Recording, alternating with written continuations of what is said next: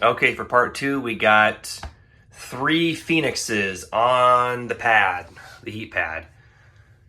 Phoenix canariensis. Which one was this? Oh boy, see, this is what happens when you don't label them correctly. Well, we can't have nice things. This one was what does that say? Phoenix.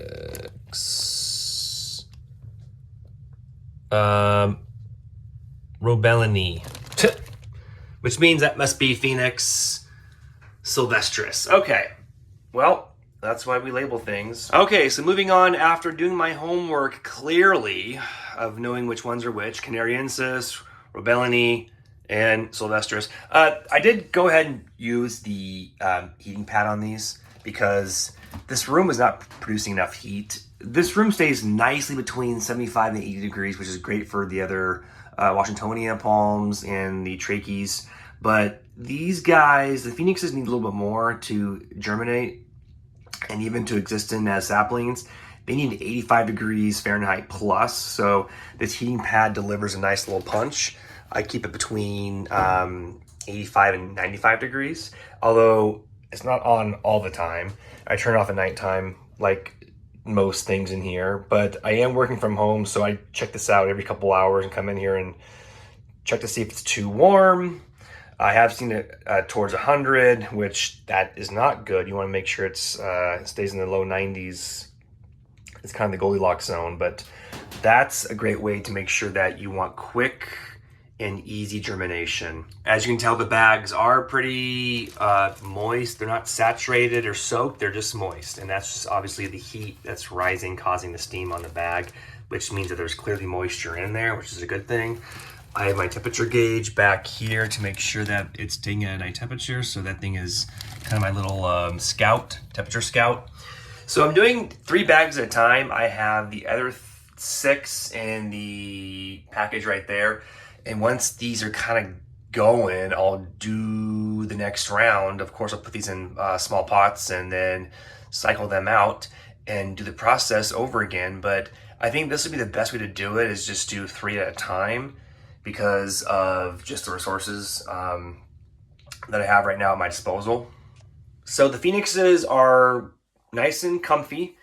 The next trio I'll be doing will be the Livistonas, both of the Livistonas and the Sable.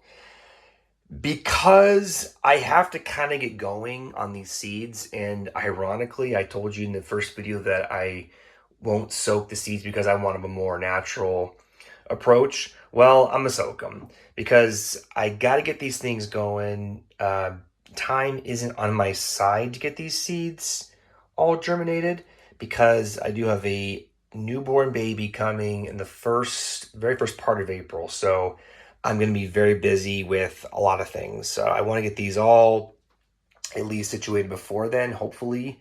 Either that or I delay the process of this, but I'm just going to go ahead and try and get them going right now, and at least place them somewhere in this cupboard underneath or near the pad to get some of that heat for the next round. All right, there we go.